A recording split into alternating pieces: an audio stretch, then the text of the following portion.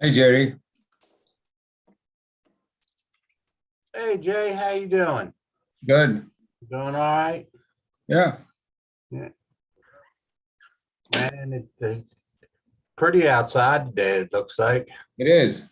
Uh, Have you been out? nah, not since session. Not since session. I think I'm gonna open my window. Let a little air in here. Yeah.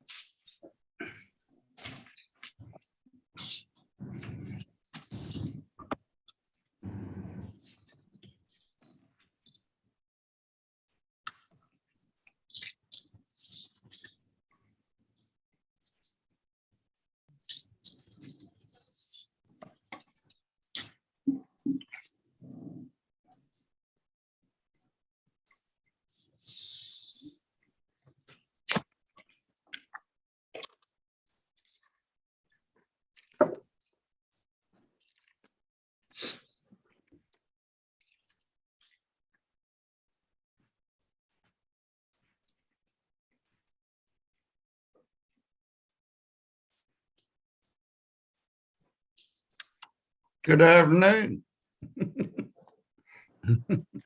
Afternoon.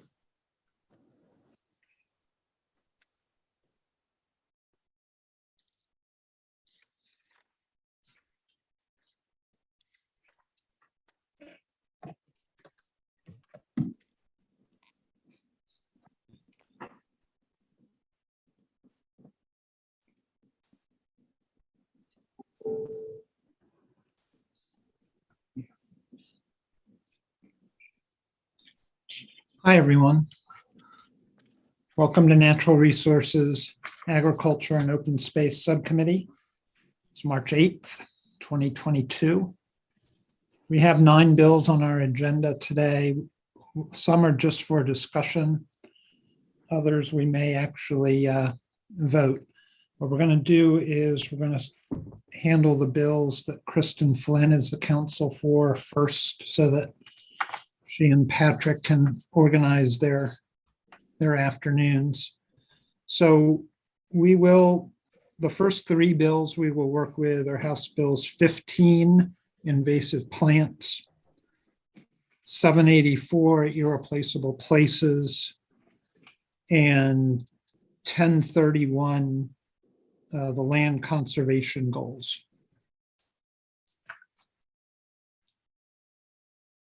All right, we're going to start with House Bill 15. How many people do we have? I count 7, 8 legislators. All right. Hopefully we'll get our last 2. So House Bill 15, this has been on the agenda now the last 2 times. I talked to the sponsor today, and I trust everybody is up to speed on House Bill 15. Kristen's gone through it for us. And so what the sponsor says, it's dual assigned to Ways and Means and us, and Ways and Means is actually the lead. So Ways and Means is going to have it in subcommittee tomorrow. They're going to vote it out. So basically, they're wondering if because they're the lead, we're going to get it after them. Do we have any amendments to House Bill 15? And I have heard none up to this point of amendments that we would have. Ways and Means is going to strip off the tax provisions. Does any legislator have an amendment? Or Kristen, have you heard about an amendment to our portion of House Bill 15? I have not heard of any amendments. Okay. So Ways and Means is going to strip off the tax. Oh. Delegate Foley's trying to get on. And Mr. Chair, just remember this one also has that fiscal impact on Maryland Department of Agriculture, where we were going to check in with appropriations as well. Yeah, and I think Ways and Means will have to check too when they vote it out of subcommittee tomorrow. So so that is on the agenda due. But if there's no other discussion on this, nobody has any amendments, we will. Anybody else want to say anything about House Bill 15? Delegate Jacobs? Yeah, explain what the bill would do with when you say the tax has been removed, so everybody understands what that means. Kristen, why don't you go ahead and do that? Sure. So what's being removed was a sales and use tax exemption for native plants. So that's what will be removed. But so what remains is that MDA would be required to classify as a tier 1 invasive plant or a tier 2 invasive plant each invasive plant species identified in the Plant Invaders of Mid-Atlantic Natural Areas publication issued by the National Park Service and the U.S. Fish and Wildlife Service. And then there's a requirement for DNR to publish on its website a list of native plant species and identify which species may be used as an alternative to the use of planting of tier 2 invasive plants. And they would also have to notify nurseries, landscapers, plant wholesalers, and plant retailers of the bill's provisions. And finally, state agencies and entities that receive state funds must prioritize, whenever possible, the planting of native species.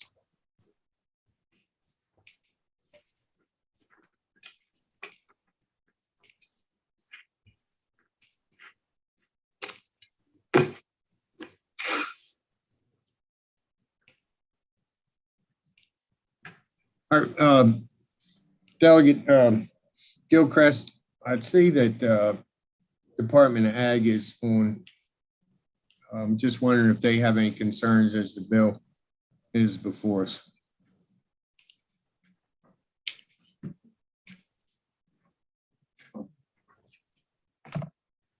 Hi, Delegate Jacobs, how are you? So I can try to answer the question, and I think you guys by now have all read the fiscal note, and you know that MDA is a lean, mean machine, and we just, in order to make sure we're complying with the law, we want to make sure that we noted for you guys that we would need resources.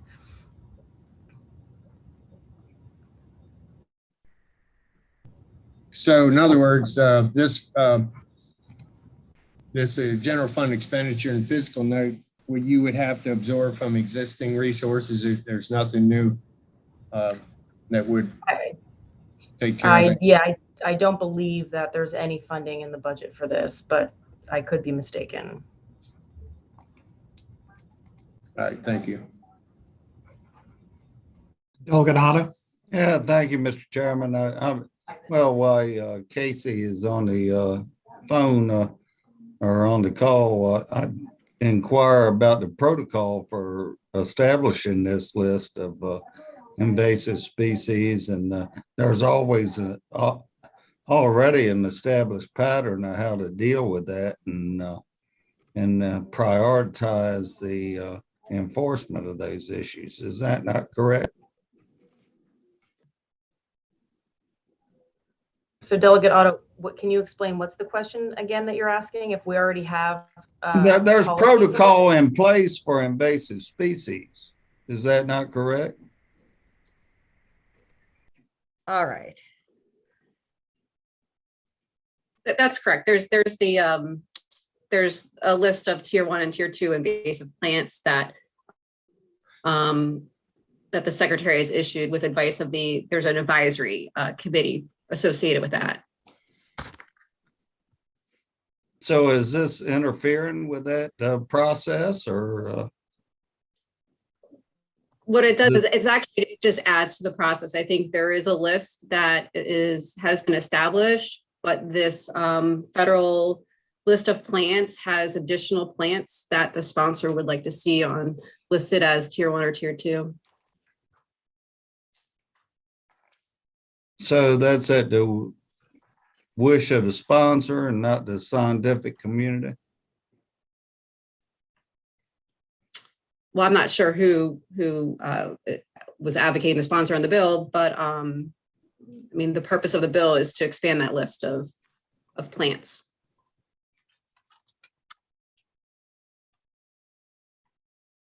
It's a very important issue, and I don't want to interfere with what has worked well over many years of trying to control invasive species. All right, Delegate Ruth? Thank you. And thank you, Mr. Chair. Just to address Delegate Otto's question, I just wanted to clarify that the plants that are being added are in this. It's called Plant Invaders of Mid-Atlantic Natural Areas, and it's from the National Park Service and the U.S. Fish and Wildlife Service. So they're not just plants that the sponsor picked out. They're an official federal government list. And I think Kristen said that. I was just trying to add more detail to that. All right, anything else on House Bill 15? All right, let's hold that. We'll see what Ways and Means does, and we will put it on our next agenda, I suspect. Let's go to House Bill 1031. This is also one that I don't expect to vote on today. I also had a discussion with the sponsor concerning House Bill 1031. And I believe, John Griffin is on the call. John wanted to, are you there, John? Yes, Mr. Chair, I am. Okay. Good afternoon, everyone. We don't have a lot of time. We don't want to recreate the hearing, but could you explain in a minute what it is you want to say? Sure. First of all, those of us who've been working on this legislation with the sponsor want to commend him for another great initiative. We've been working with him, and the senator is a lead sponsor, Sarah Elthroth. And we have 3 amendments that a number of us would like to offer for your consideration. I think you have them. And there's 3 issues we're trying to address with these amendments. The first amendment defines land trusts and then makes nonprofit organizations eligible. These are eligible applicants for funding. Makes any nonprofit have to work in partnership with a land trust. Land trusts have the expertise, the skill, et cetera, to do land acquisition. They've done it for decades. So, and then last would be a local government, county, municipality. So that's the first one. The second one, we're trying to add 2 layers to the definition of underserved areas that had been in drafts we'd sent the sponsor and the Senate sponsor. One adds in housing projects as defined in the Housing Community Development article, but the other one, perhaps more important, is we had advocated that Center for Disease Control has an index and maps for the whole country on defining various levels of vulnerable communities, and we're seeking to see to the definition of underserved areas in this bill have the most vulnerable communities in Maryland added to the definition of underserved areas. I think, Mr. Chair, you have a link to the maps that we had done to show those, and perhaps Delegate Ruth does as well. And lastly, the third amendment seeks to cap the amount of funding that can be used for stewardship as opposed to land acquisition. So 75% of the funds annually have to go to land acquisition because the primary purpose of this program is to green underserved communities within the communities, since so many of them do not have transportation access or are vulnerable in a variety of ways and need to have those immediately accessible within their communities. And land trusts around the state. All right. Thank you, John. Excuse me. I see both Delegate Otto and Delegate Lehman have their hands up, and Delegate Jacobs. Go ahead. Delegate Otto? I didn't lower my hand before, but I do have some concerns about the amendment to increase the acquisition of land versus maintaining what we've already purchased. And Charles, let me just say, I think there is a serious fiscal note issue with this bill, and it is a multi-year discussion what this bill is trying to do, and it builds a lot on the work that this subcommittee did last year when we re-upped the 1 million acre of active agricultural land policy. And sort of the nub of this bill is to have the sub-cabinet look at a way that we can get to 30% of land by 2030. And that sub-cabinet, it's going to take a couple years to work, and we have a significant fiscal note issue. So when we bring this up next time, I think we're going to have to significantly pare it back to meet fiscal constraints. So I think you're being heard, Charles. all right, thank you, Mr. Chairman. Delegate Lehman and Delegate Jacobs. Thank you, Mr. Chairman, and thank you, Mr. Griffin, for being here and explaining the amendment. I just wanted to ask, I do not have a concern about acquisition. but wanted to know if there is, in your mind, enough emphasis on stewardship, upkeep, maintenance, however you want to think of it, of the lands that already exist or are dedicated to dedicated green spaces, parks, open space, and the like. Because sometimes, I know we've experienced this in Prince George's through Maryland National Capital Park and Planning Commission, of having a lot of properties and then not adequate resources to care for them. And that creates a challenge of its own. And I definitely would not want to see that happen. That's a great point. In stewardship generally of lands conserved, however they're conserved in fee or, excuse me, by easement, is a issue that all folks involved in the land conservation community deal with. This is a little bit different because this is the focus on providing various smaller green spaces, in most cases, within underserved communities in both rural and urban settings. And a number of the land trusts that are involved in this develop a lot of sweat equity because they have community members trained and willing to maintain the properties. I think your question and Delegate Otto's may have been more directed at our public lands, as you just mentioned, with the Maryland National Capital Park and Planning Commission. And it's a challenge. There's no doubt about it, but this is a somewhat different focus than I think the one you both were talking about. Okay, thank you for that. Thank you for clarifying.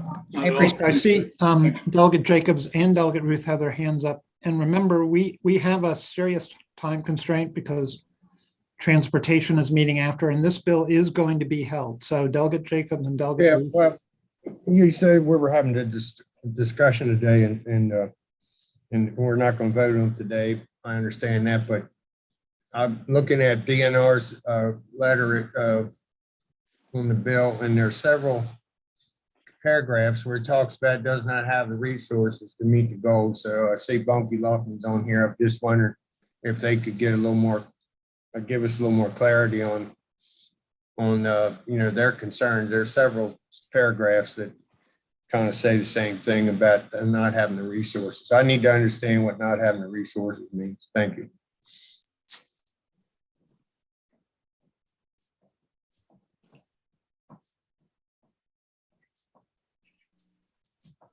Delegate, I'm happy to offer that information.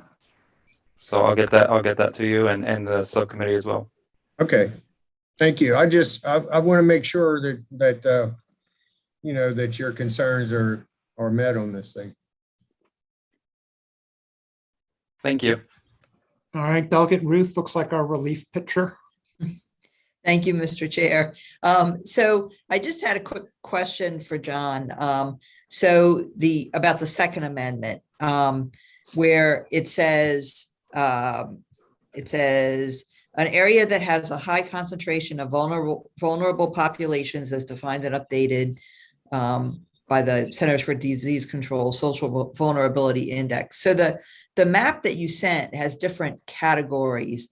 So by high concentration, would that only be the highest, which is 0.75 to 1, or would that include like the 0.5 to 0.75 also? It includes the top two categories. There are 4 categories ranked from most vulnerable down to less vulnerable. It's the top 2. And is that defined somewhere when we say high vulnerability? I mean, I forget exactly how the amendment says it. Is that defined? High concentration? No, actually it's not. So, I mean, if that's something that you're interested in, we can certainly provide that. I mean, I definitely support, this amendment and the first one also. But I think it'd be good to get some clarity on that as to exactly what it means by high concentration. Sure. Thank Sure. you. Not at all. Thank you. All right, seeing no other. Let's move on to House Bill 784, irreplaceable places. This one, there is no fiscal note issue. Delegate Stein? Thank you, Mr. Chairman. Well, this bill would establish the Irreplaceable Natural Areas Program. The goal is to help preserve endangered species in the state by specifically preserving the habitat that they're located on. So as you said, there's no fiscal note associated with the bill. Any other discussion? Oh, Beth Hill? Yes, thanks for letting me join in with you guys today. I didn't get a chance to testify on this bill. I actually joined because of House Bill 884, which you guys are going to be discussing later. But I kind of, some of the same concerns about that bill also kind of are my same concerns with this one. So I don't really understand what this bill is looking to address. So every inch of state-owned land already has a designation, be it, you know, Beth, if you didn't, okay, so we don't want to recreate the hearing. So what's your question? So I guess my questions are like, how is this bill going to, how is it going to be coordinated with ongoing activities right now and work plans on state lands, the annual state work plans, and then who decides and what criteria is used to decide what management techniques are going to be able to be used. So it doesn't really designate that either. Mr. Chairman, how about I can take a first stab at that and I'll ask John Griffin. The bill states that in adopting and designated these areas, these natural areas, that it will establish management objectives for each area. Then it has three items that have to be implemented, including designated what are compatible and incompatible activities for each area. So that's important in terms of protecting the species that are located within these areas for DNR to do that. And John, if you want to add to that. Yes, I mean, those are to answer Beth's question, the secretary is empowered to issue regulations, directed and authorized to issue regulations to define these areas. Obviously that has to be done in consultation with the folks who identify these species and the folks who manage various classifications of DNR lands. So this is trying to fill a gap to provide more protection beyond the various statutes that laws that you all have passed creating wildlands on state lands. This is only state lands, and I don't know if I'm answering that question or not. I mean, this doesn't apply to private lands by design. And I just think given the whole emphasis in building science on avoiding a sixth extinction of species, which most of the scientists are predicting will happen here, it's important that we try to do something in our own state to protect these species, which is not to say that DNR generally does not do a good job of doing this for species that are listed, but the extra level of regulatory protection many of us feel is important.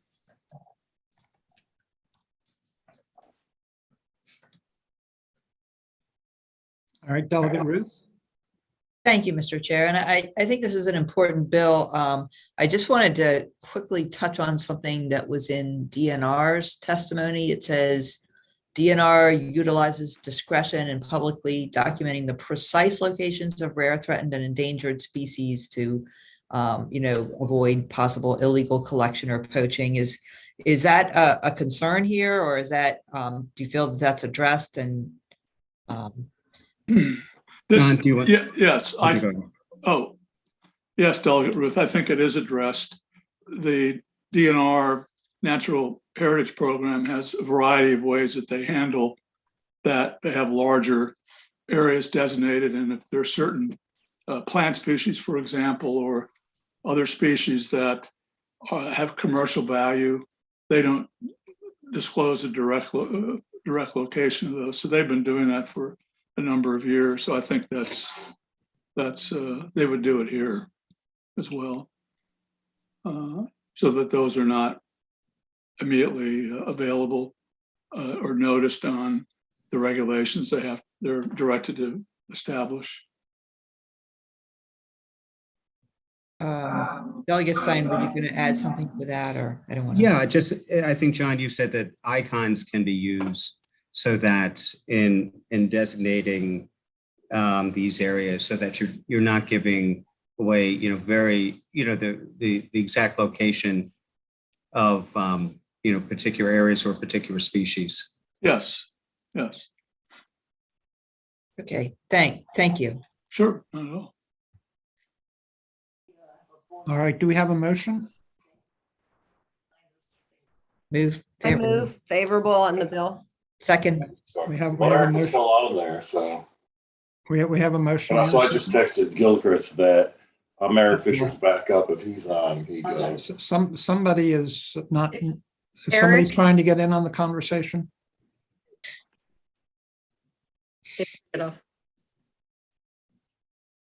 Okay, all right, we have a motion and a second. Anyone all those in favor? Aye. Aye. Aye. Any opposed? All right, House Bill 784 passes, no amendments.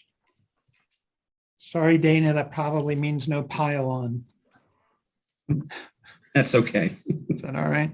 That's all right. Kristen, you have anything else for us, Kristen? No, I was just going to yell through my wall to see if Patrick was ready. I'll mute myself when I do that. I see Patrick is monitoring. He's got a square here. There he is. Okay, Kristen, thank you very much. Patrick? Yes, sir. I'd like to start with House Bill 882, which is a departmental bill concerning the Pocomoke River wildland. And before I ask you to just give us a quick overview, let me just note in the committee testimony, there was no opposition. There was support from a range of groups, including the Nature Conservancy, the Greater Ocean City, Maryland Chamber, the city of Pocomoke, Assateague Coastal Trust, the Maryland Ornithological Society, the Virginia Bicycling Federation.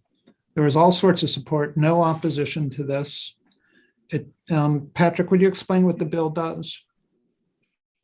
Well, the bill adds 80 acres to the Pocomoke State Forest wildland and takes out about 2 for the purpose of putting in a trail that will connect, Delegate Otto, correct me if I'm wrong, will connect Snow Hill with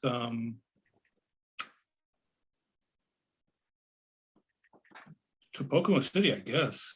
Pocomoke River State Park, I believe.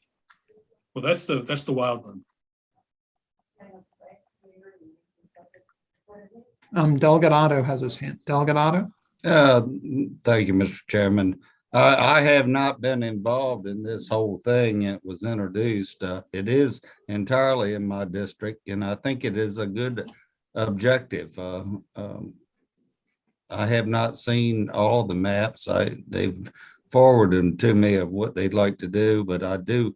The Pocomoke River State Park is a gem of the state, and anything we can do to connect Snow Hill and Pocomoke and that facility is a great thing, and I'm supportive of it. So I'd move favorable, Mr. Chairman. And I'll second it. I just want to note, I stayed at Pocomoke River State Park last year, 2 nights and a cabin that had like an air conditioner. I think it was the Shad, what do they call it? The Shad River entry. Shad Landing, yes. And is that the side of the river that the pathway is on?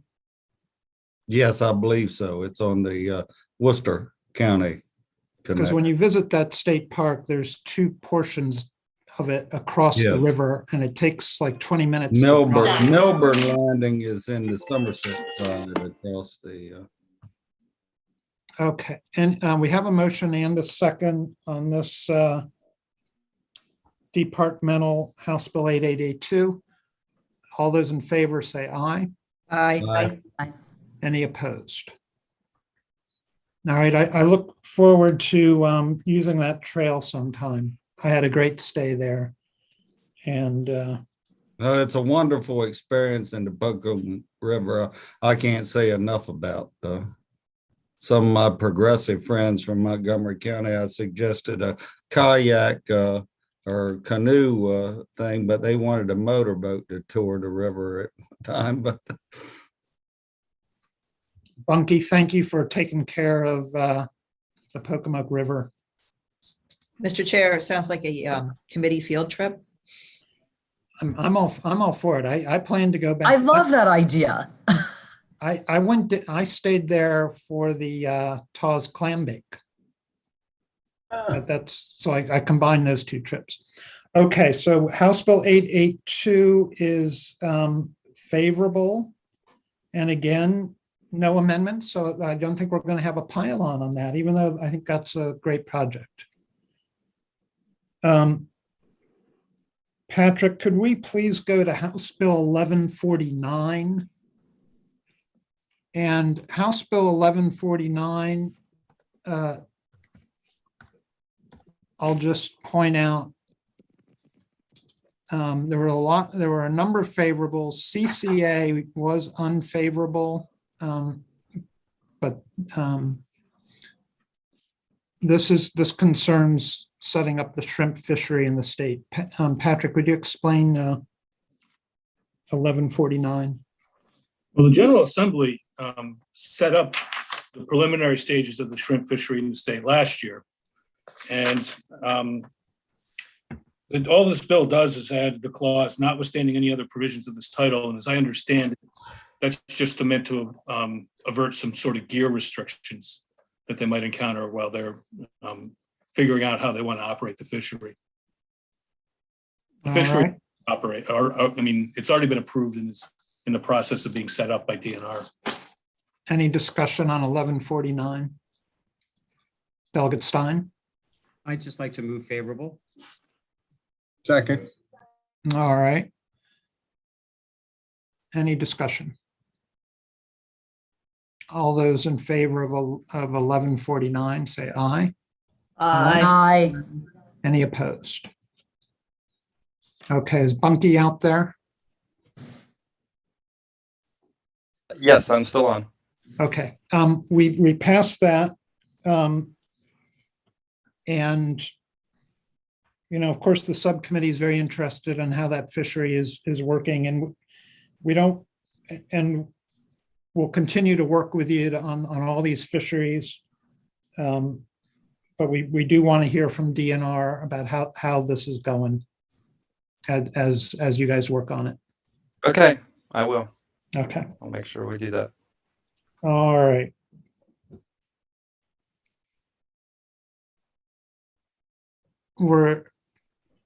Let's spend a couple of minutes on two bills we're going to hold. Can I ask a question? Yeah, Delegate Jalisi. Hey, why can't I see Patrick's face? Is it all of you or just something with my system? No, that's how he operates. Okay, I was just checking. Thank you. Well, you know what, maybe since we have a bit of a time constraint, let's go to House Bill 884. This is the bill concerning state old growth forests in the state. I have submitted amendments that significantly curtail the scope of the bill. It takes out program open space land. It takes out easemented land through Maryland Environmental Trust and other programs. A lot of the opposition was based on that. Patrick, would you explain the bill as amended, please? Well, as you said, it takes those elements out and essentially keeps the definition in of old growth forest, which is at least 5 acres, several of the following characteristics: shade tolerant species in all age and size classes, randomly distributed canopy gaps, high degrees of structural diversity, multiple growth layers, accumulation of dead wood of varying sizes and stages of decomposition, and a pit and mound topography. And then basically just says whenever Department DNR or the Environmental Trust identifies an old growth forest on state conservation land, the land shall be managed in a manner that prohibits logging. We're taking out Maryland Environmental Trust, right? I do not believe so. We're taking out land. I think Maybe that's a mistake in the amendment. okay. The purpose of the amendment is to take out the land, only leave in state parks and wildlife management areas. Well, right now it includes state parks, state forest reserves, wildlife management areas, and natural resource management areas. Joan Maloof is on the call. Joan, would you like to address the bill for a moment? Yeah, sure. It's really very simple. It's the oldest of our forests that are left on all the state land. They only found 2,300 acres using that definition that the state DNR came up with in the early 2000s. So this survey said only 2,300 acres. Most of that is in state forests. It's already protected because it's certified. That just leaves a few hundred acres in state parks and state wildlife management areas that are not protected. Nobody's cutting them right now, but we just wanted to formally protect them so that in the future, they'll still be standing for future generations. Thank you, Joan. Delegate Jalisi. All right, Delegate Jacobs.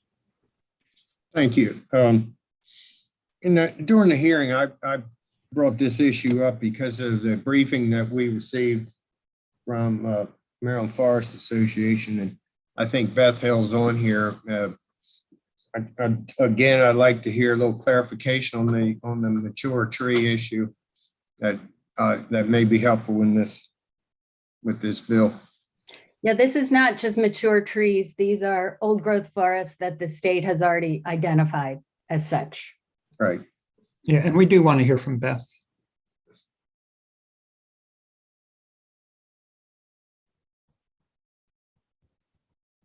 Oh, you're driving. Sorry. You're on mute. You know, if this is not a good time for Beth Hill to talk, what I had envisioned was that we would do the amendments and hold the bill. But Patrick has uncovered that our amendments aren't exactly what we had thought they were. But the idea is to take out MET. We're taking out program open space. We're just leaving in state parks and wildlife management areas where there's a very limited amount of old growth forest. And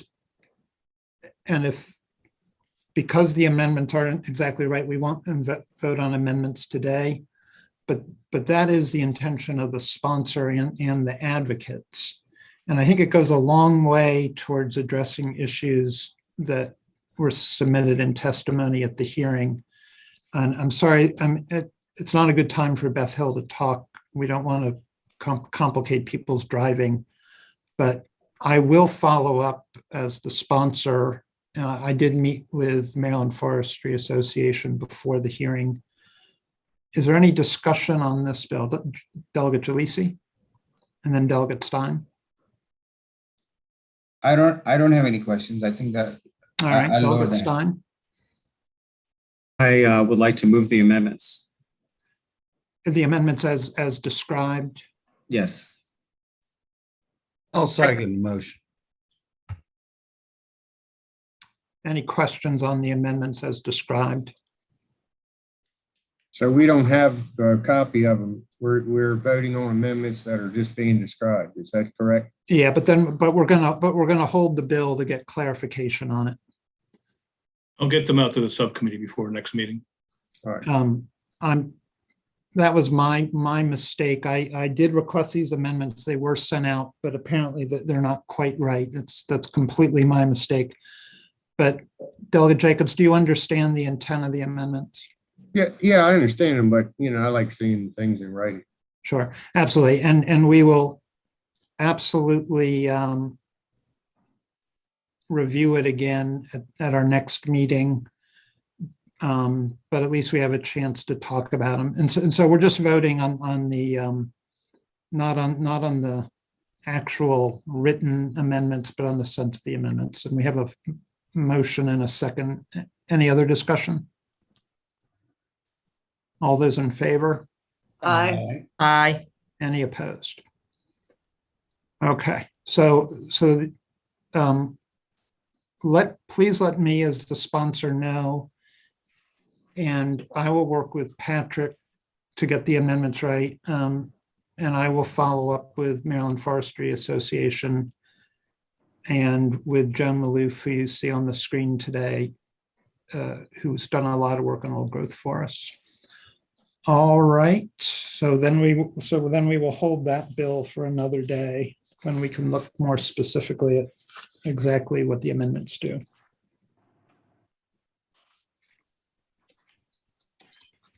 All right, where are we? Let's talk about House Bill 711 and House Bill 1217 together. What I note is that they both deal with the issue of the severance tax for oysters. House Bill 711 on the Potomac River and a compact with Virginia.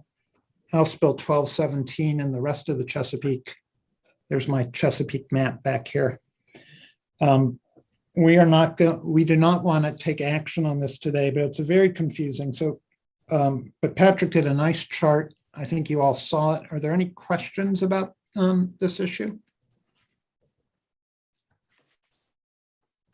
All right, seeing none. Well, I got a question. Okay, Delegate Jacobs. So, the whole 711 issue has been confusing. My understanding is that the Potomac has a $2 a bushel inspection tax in place as of 2013. Is that correct, Patrick? Yes. And what that compact is, that's supposed to be a combination of states. Is that correct? Yeah. So, yes, compact. So if Potomac is at 2 and Maryland is at 1, and the House Bill 1217 is basically trying to raise that inspection fee to $2, which would align it with Potomac. I'm not sure where Virginia is. That's kind of I did a quick search on it the other day and I never got a good answer. So I don't know if you have it or not, what the inspection fee is in the state of Virginia. I might have it. I'd have to double check it, but yeah, I mean, you don't have to answer right now, I guess, but I'd like to see us all line. Maybe we can line this whole thing up, kill two birds with one stone, as they say in Old Rock Hall. Well, you could line up PRFC, excuse me, and Maryland, but I think Virginia's got a tiered tax. Yeah, see, that's one I couldn't get straight on. So, but I guess my question is, wouldn't that be helpful if we aligned Maryland and the Potomac? Wouldn't that take at least two legs out of the, a stool, a three-legged stool? You'd have two legs under the same inspection fee structure. I guess that's my question. Well, then that's a statement on behalf of 1217, which is fine. Well, that's what I'm saying. I'm trying to figure out 711, but I think 1217 might be might be able to brought into the conversation is what I'm saying. They're trying to understand exactly what's happening with 7-Eleven may be improved by 1217. Well, and 7-Eleven does not change the fee at all, just so that's. No, I understand, but we can't pass that compact if these are different, correct? No, they can be different. Okay. That's where I keep getting confused on this thing. Yeah, this is the confusing part. House Bill 1217 and 7-Eleven are two different things. 1217 is addressing the Chesapeake Bay. 7-Eleven is addressing the Chesapeake Bay except for the Potomac River. And 7-Eleven is addressing the Potomac River. Right. All right. You got that straight, Delegate Gilchrist? Not at all.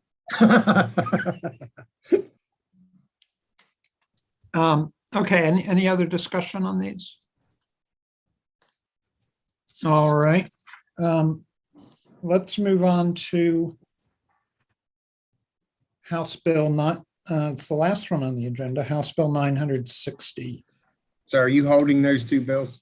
Yes, there's still just a lot of confusion. Thank you. House Bill 960. Oh, okay. Patrick, can you tell us about House Bill 960?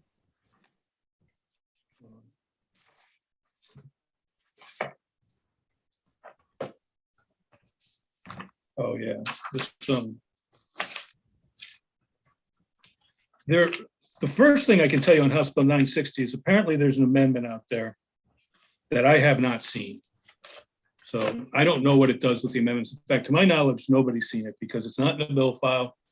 It's not in my files. I'm told that it takes out the provisions that had the grandfather that said you had to have an approved plan by, I think it was 12/31/20, something like that. Well, the bill took that language out, which would open up using forest preservation and mitigation banks as able to satisfy the Forest Conservation Act if you went after that date. My understanding is the amendment takes that out. So what the bill does then, unless it adds something, is it just changes the dates, the growing seasons within which you have to use the money. And that seemed to have some pretty popular support. Mr. Chair, Delegate Ruth? I think Eric Fisher could address the amendment. Thank you, Delegate Ruth and Chairman Gilchrist. The amendment, most of the work on the amendment has been advancing on the Senate side. Can't hear you. Any better? Can you get closer to the microphone or something? All right, how about now? Little bit better. Okay. My apologies. I have too many computers happening at once. Most of the work on the amendment has been advancing on the Senate side with Senator Young. I believe the members of this subcommittee were forwarded that amendment late this afternoon. And Mr. Tracy, I apologize, you may have inadvertently been left off of that email. But it is an amendment advanced by the Senate sponsor, agreed to by the counties, by CBF and our partners, and the Building Industry Association. And it would do two things. The first thing that it would do is restore the grandfathering date of December 31st, 2020, to allow continued use of preservation banks that were approved by that date. And the other thing that it would do would allow going forward any project that elects to use a full mitigation ratio, acre for acre replacement, to use the preservation of existing trees as mitigation going forward. I think we all, the stakeholders, feel that it's a reasonable patch until the FCA study that you all commissioned last year is complete. Is there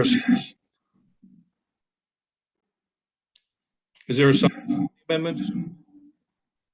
I'm sorry, Patrick, you broke up a little bit there. Can you repeat that? I'm sorry, is there a sunset in the amendments?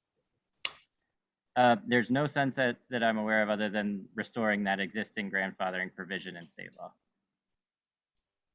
Subject to the conditions, Correct. 1-to-1, okay. Well, it would be an or. So any project, even not at 1-to-1, would be able to use credits from a bank prior to that date. If they wanted to use credits from a future bank, they would have to be at 1-to-1.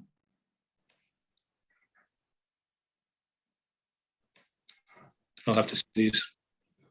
All right, Delegate Jacobs and Delegate Otto. Well, you know, when the bill came in, I actually was correcting a problem from your bill last year, I think 991. And I got letters from a couple of forestry people that have banks that were actually losing their investment as a result of the timing of a problem.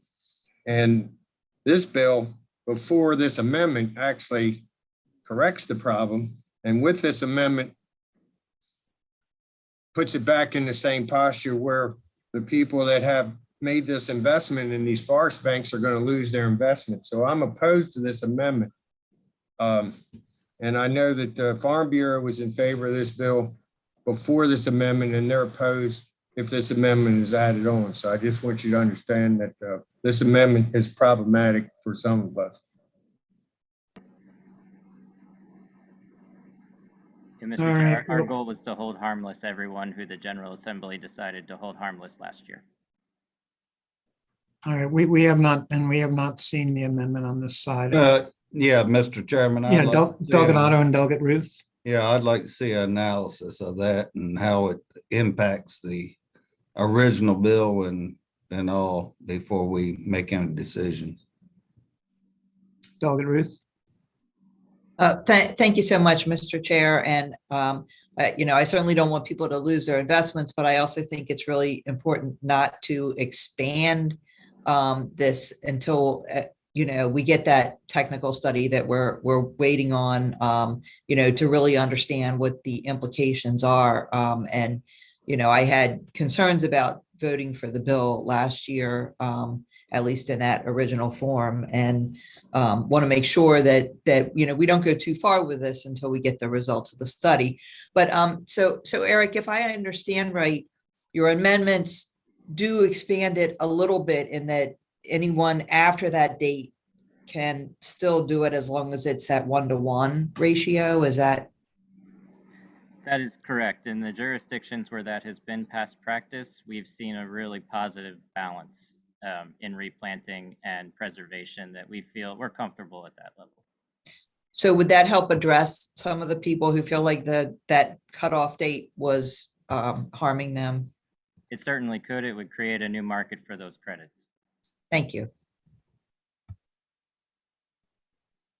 Okay. Anything else on 960, which we will bring up again at another meeting?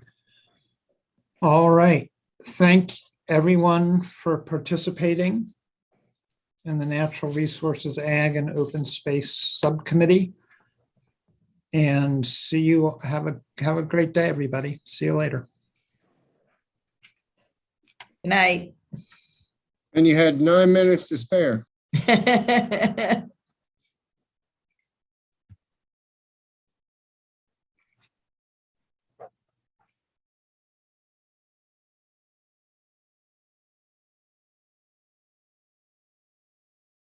Hey, Charles, we're still live.